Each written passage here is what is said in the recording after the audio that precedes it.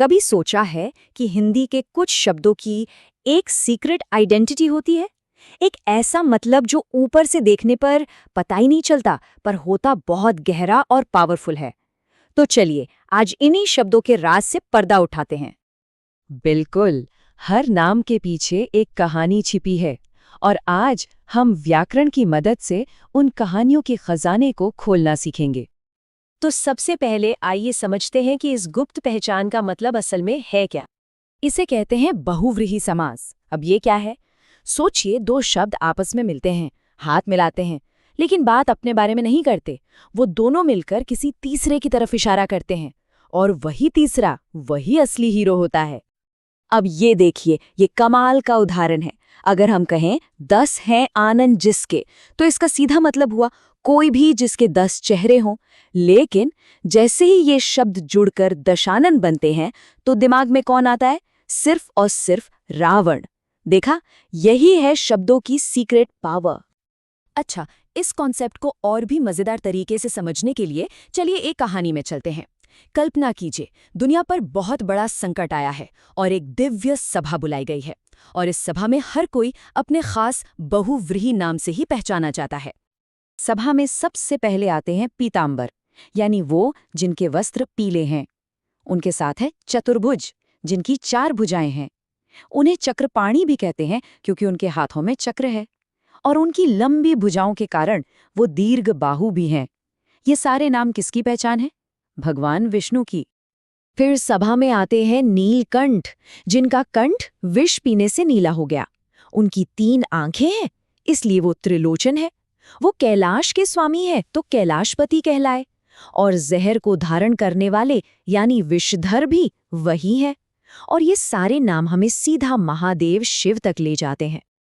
सभा में लंबोदर भी हैं, मतलब जिनका पेट बड़ा है, और गजानन भी, जिनका चेहरा हाथी का है। ये दोनों पहचान किसकी है? श्री गणेश की। और जिनके हाथों में वीणा है, वो है वीणा पाणी। और जो सफेद वस्त्र पहनती हैं, वो है श्वेतांबर। ये है ज्ञान की देवी माँ सरस्वती। और फिर मुरली की धुन के साथ सभा में आते हैं मुरलीधर।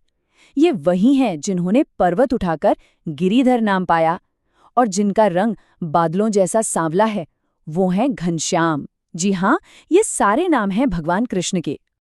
लेकिन सवाल ये है कि ये दिव्य सभा जुटी क्यों है? वो इसलिए क्योंकि एक बहुत बड़ा संकट मंडरा रहा है।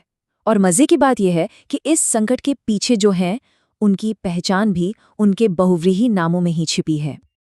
इस संकट की जड़ है दशानन, यानी 10 सिरों वाला रावण। उसका बेटा है मेघनाद, जो बादलों की तरह गरजता है। और उनकी पूरी सेना है निशाचरों की, मतलब वो जो रात में घूमते हैं।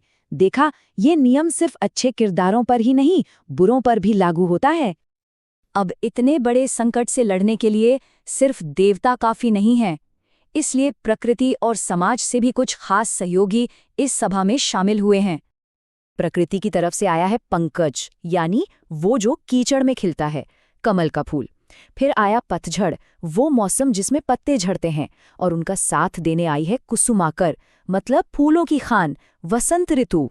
समाज से वो लोग भी आए हैं जिनकी पहचान उनके गुणों से है, जैसे कि महात्मा, यानी वो जिनकी आत्मा महान है, और मीनाक्षी, जिनकी आंखें मछली जैसी हैं, और मृगनयनी, जिनकी आंखें हिरण जैसी हैं। ये शब्द सिर्फ तारीफ नहीं, बल्कि पूरी पहचान है। और आखिर में कुछ और अनोखे सहयोगी भी हैं, जैसे दिगंबर, जिनके लिए दिशाएं ही उनके कपड़े हैं, जैन मुनि, और कनफटा योगी, जिनकी पहचान उनके फटे हुए कान से है, जो उनकी साधना का प्रतीक है। तो अब देखिए, हमारी सभा में देवता, दानव, प्रकृति, समाज सब एक साथ आ चुके हैं। और अब कहानी के आखिर में बहुव्रीहि का असली राज खुलने वाला है। और फिर इन सब ने अपनी एकता दिखाने के लिए मिलकर एक झंडा उठाया। एक ऐसा झंडा जो 3 रंगों वाला था। बिल्कुल सही, तिरंगा। जैसे ही हम ये शब्द सुनते हैं, हमारे दिमाग में कोई भी 3 रंग की चीज नहीं आती, सिर्फ एक ही तस्वीर आती है, भारत का राष्ट्रीय ध्वज। यही तो है बहुव्रीहि समास का सबसे बड़ा और सबसे शक्तिशाली उदाहरण। तो इस पूरी कहानी से हमने बहुव्रीहि को पहचानने का एक सिंपल सा नियम सीखा। पहला, 2 शब्द मिलते हैं, दूसरा, वो अपना सीधा साधा मतलब छोड़ देते हैं, और तीसरा, वो दोनों मिलकर किसी तीसरे की खास पहचान बन जाते हैं। बस। तो अगली बार जब कोई लंबोदर, नीलकंठ या तिरंगा जैसे शब्द सुने, तो याद रखिएगा कि ये सिर्फ शब्द नहीं है, ये एक पूरी पहचान है, एक पूरी कहानी है। यही है बहुव्रीहि समास का असली जादू।